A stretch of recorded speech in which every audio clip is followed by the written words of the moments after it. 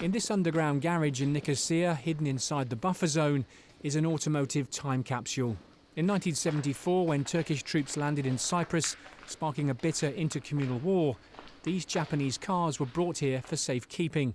Some have less than 20 miles on the clock, and their owner hoped one day to retrieve them. Instead, they've remained here, quietly rotting, testament to the most troubled chapter in this island's history. Showing us around are soldiers from the Royal Lancers, currently here in Nicosia on UN peacekeeping duties. This building here is the Olympus Hotel, an old four-star hotel that was once stayed in by Winston Churchill. It was also here that the two sides came together to discuss a peace agreement that was actually never signed. It sits right in the centre of the city and right on the Ledra Street crossing, the most iconic old crossing point through the buffer zone in this part of the city. Here in the centre of Nicosia is what the UN forces refer to as Maple House. Until the early 1990s, this was the headquarters of the Canadian contingent. Now it's become something of a military canvas, its walls emblazoned with the mottos of each British Army unit that served on Tosca. The Lancers have a mix of soldiers. Some have served in Iraq and Afghanistan, while for others it's their first operational tour. Definitely tell that people were scared. Definitely where we are now, we're in an abandoned shopping centre, somewhere where you'd probably think it would be a lively place.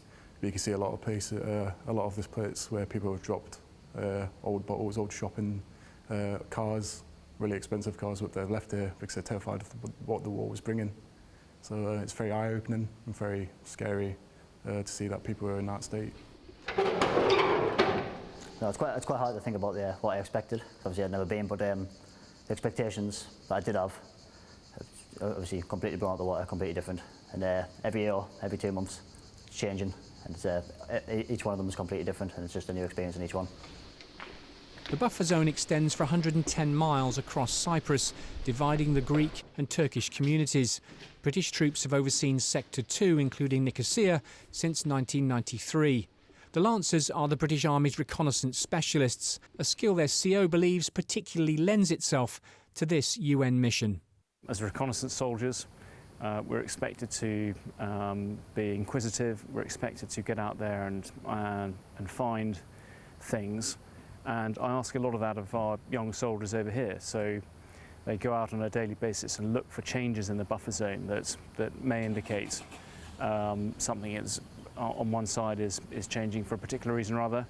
And they've got to communicate that, and they've got to make decisions on the grounds that could have important consequences for the island.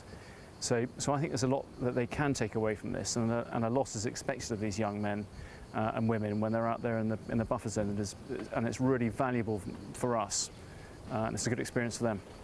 Last year, the two sides of the island held talks aimed at reunifying Cyprus. It was widely seen as the best chance of a deal for a generation. In the end, though, negotiations collapsed. Issues including the presence of Turkish troops in the north and the rotation of the presidency proving too large to overcome.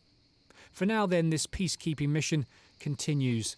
These troops doing their bit to maintain the status quo and set the conditions that it's hoped will, one day, bring peace to this island.